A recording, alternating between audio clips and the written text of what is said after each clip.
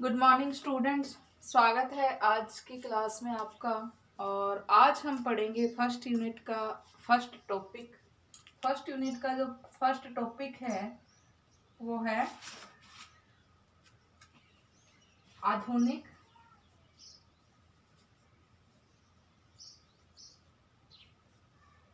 पश्चिम का उत्थान, रेनेसां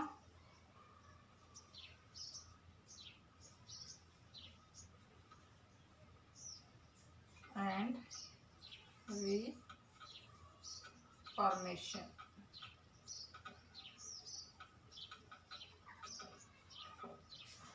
तो आज जो हम पढ़ेंगे वो पढ़ेंगे हम स्टूडेंट रेनेसां, पुनर्जागरण।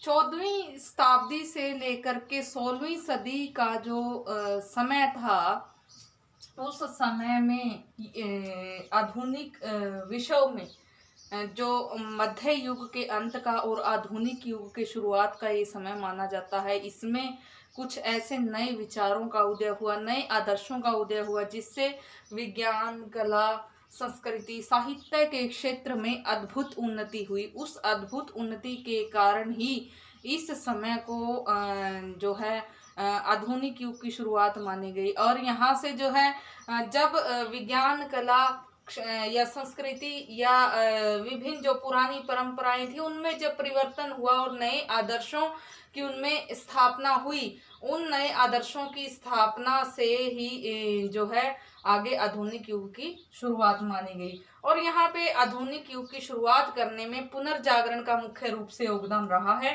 तो सबसे पहले तो हमें ये ही पता होना चाहिए कि आधुनिक युग की शुरुआत में मुख्य भूमिका निभाने वाला जो है पुनर्जागरण, तो उसका अर्थ क्या है। तो पुनर्जागरण को इंग्लिश में जैसे कि रेनेसां कहते हैं। और रेनेसां जो शब्द है ये लैटिन भाषा का शब्द है। लैटिन भाषा के इस शब्द का अर्थ है रीबर्थ। तो यहाँ पे रेनेसां का जो शाब्दिक अर्थ है वो है रीबर्थ, पुनः जन्म। रेनेसां को हिंदी में पुनर्जागरण कहते हैं। और पुनर्जागरण का भी अर्थ हुआ कि पुनः जागना या नूतन जन्म, नया जन्म। तो इस प्रकार से या पुनर्जन्म इसको हम कह सकते हैं। तो ये जो है इसके विभिन्न अर्थ हो गए। इस प्रकार से जो है पुनर्जागरण का अर्थ है दोबारा से जागना, नए जन्म के लिए इसका यूज किया है। रीबर्थ दोबारा से जन्म होना, फिर से जन्म होना, यानी कि जन्म किसका हुआ था। यहाँ पे जन्म के लिए जो हम बात कर रहे हैं वो नए आदर्शों की जो स्थापना हुई थी, नई अनुभूतियों की जो स्थापना हुई थी, उन नए आदर्शों में मानवता की स्थापना, नए तर्कों की, नए विचारों की स्थापना की मुख्य भूमिका रही है। और उनका ही जो है यहाँ पे दोबारा से अब आगमन, उनमें बहुत सारे जो पुराने रूढ़ियां चली आ रही थी, पुराने अंधविश्वास चले आ रहे थे, उन पुराने अंधविश्वासों को, उन रूढ़ियों को खत्म करके जो अब नए विचार, नए आदर्शों की जो स्थापना हुई थी आधुनिक पश्चिम में, जिसमें इटली की मुख्य भूमिका है। इटली के लिए जो है मुख्य रूप से हम इसको पढ़ेंगे। तो उससे जो है नए आदर्शों के कारण से, नए आदर्शों के जन्म लेने के कारण से ही जो है आगे पुनर्जागरण का उत्थान देखा जा सकता है। तो यहाँ पे फ्रेंच भाषा के रेनेस्कोर शब्द से लिया गया है। ये रेनेस्कोर से रेनेसां बना है। और रेनेसां का अर्थ है रीबर्थ, पुनः जन्म, नया जन्म, नूतन जन्म या पुनः जागना। तो प्रोफेसर टॉमसन कहते हैं कि टॉमसन का ये कहना है कि इसके लिए 14वीं शताब्दी में इटली में जो ज्ञान के क्षेत्र में, कला के क्षेत्र में जो नूतन वृद्धि हुई थी, जो नया ज्ञान लोगों में आया था, नई जागृति लोगों में आई थी, उसको ही जो है रेनेसां कहा गया, पुनर्जागरण कहा गया। पुनर्जागरण मनुष्य की उपलब्धियां थी। ये एक सांस्कृतिक आंदोलन था जिसमें पुरानी संस्कृति के पुरानी जो संस्कृति थी उसके दौर को खत्म करके नई संस्कृति का जन्म हुआ, नए आदर्शों का जन्म हुआ। और यहाँ पे एक जो समय था, जैसे कि मध्यकाल का जो समय था, पुनर्जागरण के द्वारा स्थापित नए आदर्शों, नए तर्कों की जो स्थापना हुई, नए विश्वासों की जो स्थापना हुई, नए जो विचारों की स्थापना हुई, उससे एक नए युग की शुरुआत भी हुई और आधुनिक युग की शुरुआत भी जो है उससे मानी जाती है।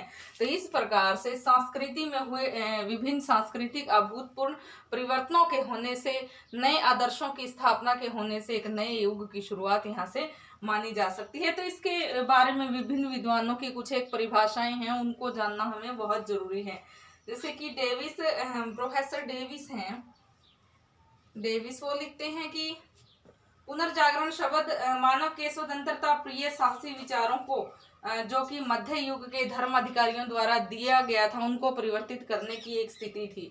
यानी कि मध्य युग में धर्म अधिकारियों द्वारा मनुष्य को जो विचार दिए गए कि स्वतंत्रता कितनी उन्हें चाहिए, और उन विचारों, धर्म अधिकारियों के विचारों के ऊपर जो अब मनुष्य ने अपने स्वतंत्र विचारों को पैदा कर लिया था, अपने विचारों की उन्होंने अनुभूति कर ली थी, उसको ही रेनेसां कहा गया है। रेनेसां मतलब उसको ही पुनर्जागरण कहा गया है। मध्ययुगीन समय में जो मनुष्य के विचार थे, उन विचारों से अब जो स्वतंत्र विचारों का जो अभ्युदय हुआ था, उसको प्रोफेसर डेविस ने जो है पुनर्जागरण रेनेसां का नाम दिया है। दूसरा है स्पेन। प्रोफेसर स्पेन ये कहते हैं कि मध्य युग की परिसमाप्ति और आधुनिक युग के प्रकट हुए बौद्धिक परिवर्तनों को सामूहिक रूप से पुनर्जागरण कहा गया है।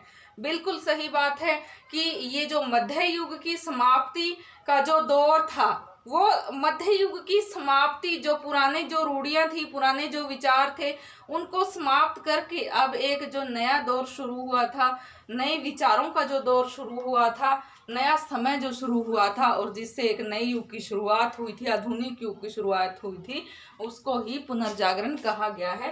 तो आगे तीसरी जो परिभाषा है लॉर्ड एक्टन की, लॉर्ड एक्टन कहते हैं कि नई दुनिया के प्रकाश में आने से प्राचीन सभ्यता की पुनः खोज मध्य युग के इतिहास का अंत करने वाली और आधुनिक युग के आरंभ को सूचित करने वाली दूसरी सीमा की प्रतीक है। यानी कि जो पुरानी सभ्यता है उसके विचारों को संजोकर और मध्य युग के जो विचार हैं उनकी प्रतिभूति के तहत, उनकी अनुभूति के तहत आगे जो नए युग की शुरुआत को करने वाला जो दौर था, उसको ही हम पुनर्जागरण का दौर कहेंगे, पुनर्जागरण का युग कहेंगे, जिससे मनुष्य को पुरानी सभ्यता से सीख मध्य युगीन जो रूढ़ियां थी उनका अंत करके नए विचारों को, नए आदर्शों को स्थापना का जो समय मिला था। उसके बाद हम बात करेंगे सीमेंट की। सीमेंट कहते हैं, सीमेंट कहते हैं कि रेनेसां एक आंदोलन था जिसके फलस्वरूप पश्चिम के राष्ट्र मध्य युग से निकलकर आधुनिक युग में विचार करने के लिए स्वतंत्र हो गए थे। जैसे कि पीछे जो स्पेन थे, इन्होंने भी ऐसा ही कहा है कि ये मध्य युग की समाप्ति और आधुनिक युग की शुरुआत का एक दौर था। तो ये ऐसा ही सीमेंट ने भी प्रकट किया है, प्रस्तुत किया है अपने विचारों से कि ये जो एक दौर था, एक सांस्कृतिक आंदोलन का एक दौर था, सांस्कृतिक रूपांतरण का एक दौर था, जिसमें हमने देखा कि मध्य युग की समाप्ति और आधुनिक युग की स्थापना का एक दौर था। उनके बीच का जो समय था वो था पुनर्जागरण का समय। प्रोफेसर हेज की बात करेंगे अब हम। प्रोफेसर हेज लिखते हैं कि राजनीतिक क्षेत्र में राष्ट्रीय राज्यों के निरंकुश और जो अत्याचार पूर्ण रवैये से लोगों की परेशानी थी वो बढ़ रही थी, और वो इतनी बढ़ रही थी कि उसमें अति हो गई थी। और उस अति के बाद लोगों के अंदर जो तर्कों को की समझ आई, लोगों का जो जागृत होना, उस समय की जो है एक मुख्य सफलता कही जा सकती है। राजनीतिक स्थिति में शासकों के निरंकुश अत्याचार से परेशान होकर के जनता ने निरंकुशता के विरुद्ध और मानवता के लिए जो स्वतंत्रता के लिए जो लड़ाई लड़ी थी, उसको ही जो है पुनर्जागरण की शुरुआत कही जा सकती है। वो पुनर्जागरण के कारण ही हो पाया था। तो यहाँ पे ये इसको राजनीतिक क्षेत्र से संबंधित बताते हैं। फिशर कहते हैं कि आगे फिशर एक इतिहासकार हैं, वो लिखते हैं कि मानवतावादी आंदोलन का आरंभ धर्म के क्षेत्र में नवीन दृष्टिकोण, स्थापत्य, चित्रकला, नया स्वरूप, व्यक्तिवादी सिद्धांतों का विकास, वैज्ञानिक दृष्टिकोण और छापेखाने का विकास था। बिल्कुल सही बात है कि जो रेनेसां का जो दौर था, उसमें विभिन्न नए विचारों की शुरुआत, मानवता की जो भावना थी उसका विकास, मानव के जो स्वतंत्रता संबंधी विचार थे उनकी जो आगे उनमें होने वाली वृद्धि, कला और साहित्य में होने वाली वृद्धि, जो छापे खाने का विस्तार था उसमें होने वाली वृद्धि, कला और विज्ञान में होने वाली जो अतुल्य वृद्धि थी, उन सब के परिणाम स्वरूप जो है पुनर्जागरण की अभिव्यक्ति हुई थी, अनुभूति हुई थी। और उससे जो दौर मिला था उसी को सांस्कृतिक नवजागरण का दौर कहा गया था। आगे हम बात करते हैं मिकेलिट की। मिकेलिट एक विद्वान है, वो कहते हैं कि पुनरुत्थान मानव द्वारा अपनी और विश्व की खोज थी। अपनी और विश्व की खोज को ही मिकेलिट ने पुनर्जागरण का नाम दिया है कि जब मनुष्य ने अपने आप को जान लिया था, अब सत्य को पहचान लिया था, पुरानी रूढ़ियों से वो मुक्त हो गया था, अपनी स्वतंत्रता के लिए आवाज उठाना शुरू कर दिया था, उसने विभिन्न जो रूढ़ियों बंदिशों से अपने आप को मुक्त करवाने के लिए स्वतंत्रता के वातावरण में विचरना शुरू कर दिया था।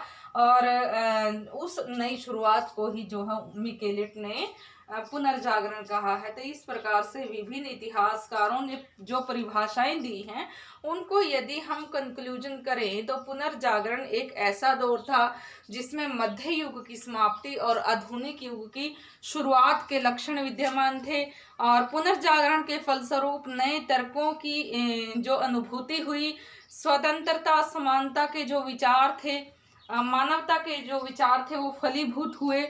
और यहाँ पे जो पुरानी रूढ़ियाँ थी, पुरानी जो परंपराएं थी, चाहे वो धार्मिक क्षेत्र में थी, चाहे वो राजनीतिक क्षेत्र में थी, राजनीतिक क्षेत्र में राजाओं की जो निरंकुशता थी, उन सब से परेशान होकर के लोगों ने जो एक नया जो दौर शुरू करने के लिए जो नई कोशिश की थी, उसको ही पुनर्जागरण कहा गया।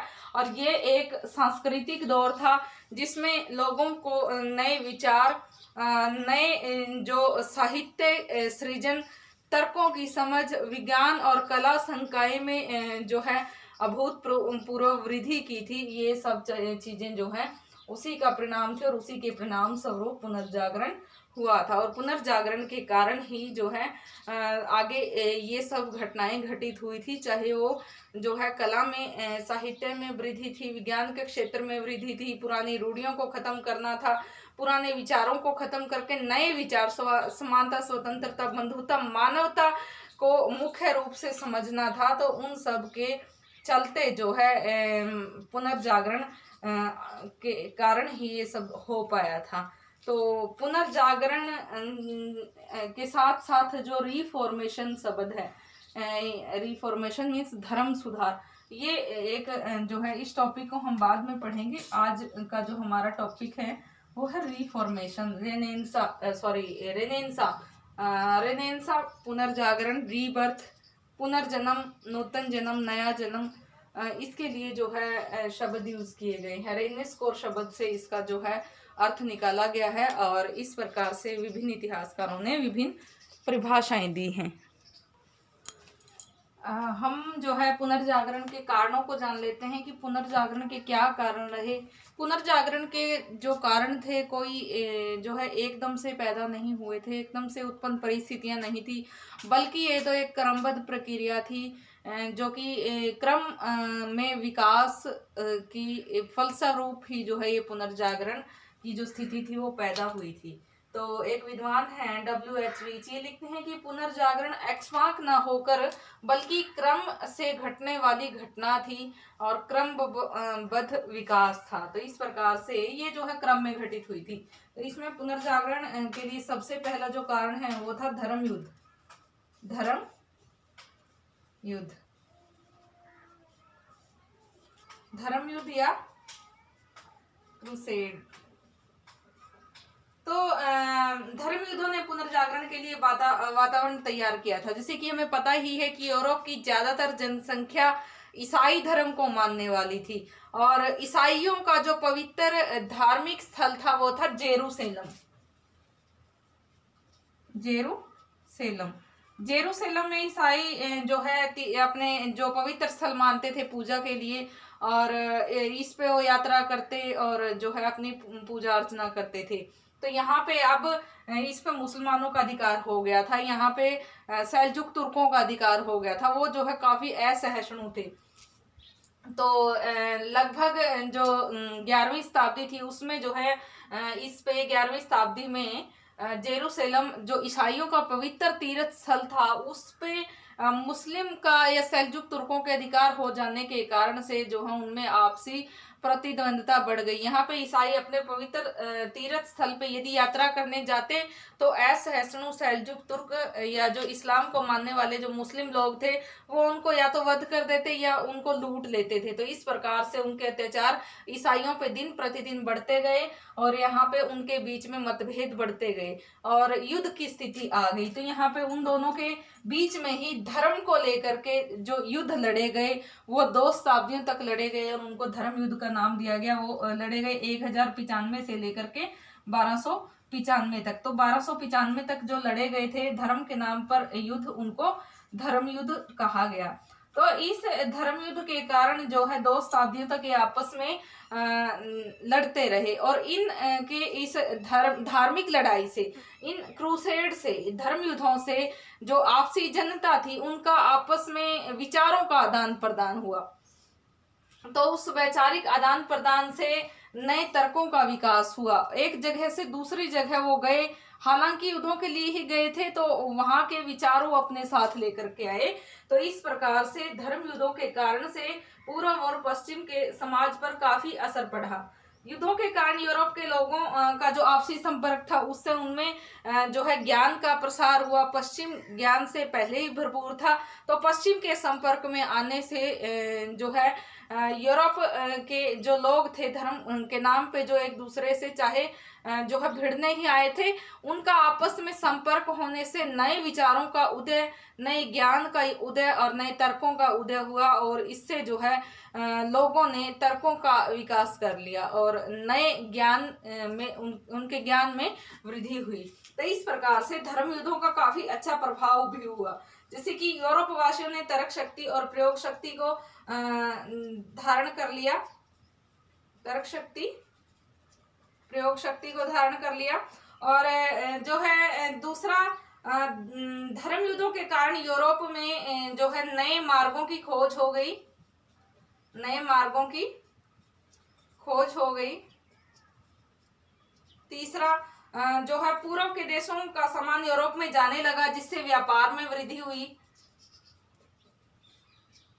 क्योंकि उनको अब नए जैसे कि तर्क शक्ति का विकास हो गया था, प्रयोग का विकास हो गया था, नवीन जागरण हो गया था और उससे जो हम लोगों ने नए मार्गों को खोजा और नए मार्गों के खोज के बाद व्यापार में काफी वृद्धि हुई, क्योंकि नए मार्गों के खोज से नई जगह व्यापार के लिए उनको मिल गई थी। चौथा जो है ये जो सामंतवादी प्रथा थी वो खत्म हो गई। सामंतवादी प्रथा के अंत के लिए ये काफी महत्वपूर्ण साबित हुआ। पांचवा जो है इसमें एक नए वर्ग की शुरुआत हुई, बुर्जुआ वर्ग जिसको कह सकते हैं, मध्यम वर्ग, तो एक नए वर्ग की शुरुआत का समय माना जा सकता है, और पोप की शक्ति का अंत माना जा सकता है। और उसके बाद जो है मुस्लिम साहित्य का काफी जो प्रभाव पड़ा था, मुस्लिम साहित्य का काफी प्रभाव जो कि इन लोगों पर पड़ा था, उससे नए विचारों का उदय हुआ, और जिससे जो है पुनर्जागरण के लिए एक पृष्ठभूमि तैयार हो गई और लोगों में पुनः जागृति आई। तो जो यूरोप में जो पवित्र स्थल जेरूसलम था, ईसाइयों का पवित्र स्थल था, और ईसाइयों के पवित्र स्थल पे वो तीर्थ यात्रा के लिए भी जाते थे, उनका पवित्र तीर्थ था ये। तो यहाँ पे वो अपनी पूजा अर्चना के लिए जाते थे। उस पे सेल्जुक तुर्कों का अधिकार होने से, इस्लाम के जो मुस्लिम लोग थे उनका अधिकार होने से आपस में जो उनके मतभेद बढ़ गए, और यहाँ पे भी स्थिति जो है अभी तक काबू में ही थी, लेकिन अति तो तब हो गई जब उन्होंने ईसाइयों को ही उस तीर्थ स्थल में जो है जाने की ऊपर कड़ी पाबंदी लगा दी। उस पाबंदी के चलते वो ईसाइयों को जो यदि अपने तीर्थ पे जाते जेरूसलम के लिए, तो उनको मार्ग में लूट लेते थे, या कई बार तो उनको जान से भी हाथ धोना पड़ता था। तो इस कारण से ईसाइयों के और जो इस्लाम के जो सेल्जुक तुर्कों के बीच मुस्लिमों के विरुद्ध बीच जो युद्ध हुए थे, उनको धर्म युद्ध का नाम दिया गया था, क्रूसेड का नाम दिया गया था, जो 2 शताब्दियों तक चला था, 1095 से 1295 तक। और इस धर्म युद्ध के बावजूद लोगों में जो एक नई तर्क शक्ति, नई चेतना का और जो नए प्रयोग का जो उदय हुआ था, उसने ही पुनर्जागरण के लिए आगे मार्ग खोल दिए थे। इससे जो है जब लोगों का आपसी संपर्क बढ़ा, तो उससे उन्होंने नए मार्गों की भी खोज कर ली। उन नए मार्गों के खोज के फलस्वरूप अब उनको जब नए मार्ग मिल ही गए थे, तो व्यापारियों के लिए सुलभता हो गई, और व्यापारियों ने जो है अपना माल बेचना शुरू कर दिया। जो उनको नए जो मार्ग मिले थे, नई जो जगह मिली थी, उससे उनके व्यापार में वृद्धि हुई।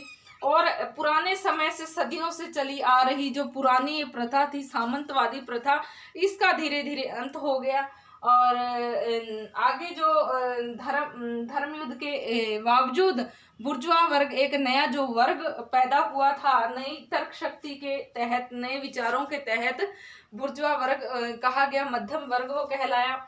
इससे जो है पोप की प्रतिष्ठा को काफी धक्का लगा, उसकी प्रतिष्ठा में काफी कमी आई, और यहाँ पे पोप की जो शक्ति थी उसका लगभग अंत हो गया। और मुस्लिम साहित्य को पढ़ने का जो है अभी इन लोगों को काफी अच्छा मौका मिला, जिससे पुनर्जागरण के आगे मार्ग खुल गए, पुनर्जागरण की पृष्ठभूमि तैयार हो गई। तो धर्म युद्ध पुनर्जागरण के उदय में महत्वपूर्ण भूमिका निभाते हैं। दूसरा हम बात करते हैं पुनर्जागरण में जो मुख्य भूमिका निभाने वाले कारणों में, पुनर्जागरण के कारणों की, उसमें हम बात करते हैं व्यापार का विकास।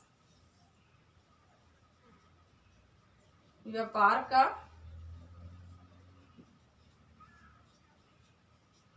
विकास, तो व्यापार वाणिज्य का विकास, जैसे कि अभी हमने पढ़ा ही है कि धर्म युद्ध जब हुए तो उससे नए समुद्री मार्गों की भी खोज हुई, नए मार्गों की खोज हुई, ईस्ट और वेस्ट के लोगों के आपसी संपर्क बढ़े, उन आपसी संपर्कों से नए मार्गों की जो खोज हुई, उन नए मार्गों के मिलने से व्यापारी वर्ग में काफी खुशी का माहौल था, और उनको जो नए मार्ग मिल गए थे, उन नए मार्गों से उन्होंने अपना व्यापार करना शुरू कर दिया। इससे उनके व्यापार में वृद्धि हुई, उनको जो है अतुल्य संपत्ति प्राप्त हुई, अतुल्य धन की प्राप्ति हुई, और उस जो है अतुल्य संपत्ति से उन्होंने वैज्ञानिकों को आश्रय दिया, नई खोजें हुई, और वैज्ञानिकों को व्यापारियों के आश्रय मिलने से धन की कोई कमी नहीं थी। तो इस प्रकार से उन्होंने साहित्य को पढ़ा, और नई भौगोलिक खोजें भी जो है इसके लिए आधार तैयार कर रही थी। तो उन भौगोलिक खोजों के कारण से व्यापार में वृद्धि हुई। व्यापार में वृद्धि होने से जो है व्यापारियों ने वैज्ञानिकों को आश्रय दिया, उन्होंने खुद को कुशल बनाने के लिए ऐसा किया था, ताकि वो अपने प्रयोग कर सकें और जो है आगे उनके व्यापार में काफ़ी कुशलताएं जो आगे चल करके जो है व्यापार में वृद्धि के लिए मुख्य कारण बने। ये सब जो है रेनेसां के कारण ही हुआ था। रेनेसां धर्म युद्ध के फलस्वरूप जो है लोगों में जो जागृति आई थी, नए समुद्री मार्गों की खोज हुई थी, व्यापार का विकास हुआ था, उसने आगे जो है रेनेसां के लिए, पुनर्जागरण के लिए मार्ग तैयार कर दिया। तो इस प्रकार से यहाँ पे जैसे कि हमने बात की है कि चर्च का जो प्रभुत्व था वो पूर्ण रूप से खत्म हो गया था। जैसे कि चर्च की एक मुख्य जो कहावत थी कि सूद लेना पाप है, व्यापारियों ने अब जो है एक नई कहावत बना दी थी कि मुनाफा कमाना पाप नहीं है, क्योंकि हर कोई व्यक्ति मुनाफे के लिए काम करता है और मुनाफा कमाता है, तो मुनाफा कमाना बिल्कुल भी पाप नहीं है। यहाँ पे चर्च की प्रतिष्ठा को काफी धक्का लगा था और व्यापारी वर्ग का उत्थान हुआ था, उसका विकास हुआ था। इसके विकास के कारण ही पुनर्जागरण का उदय हुआ था। आगे हम बात करते हैं अरब और मंगोल संपर्क।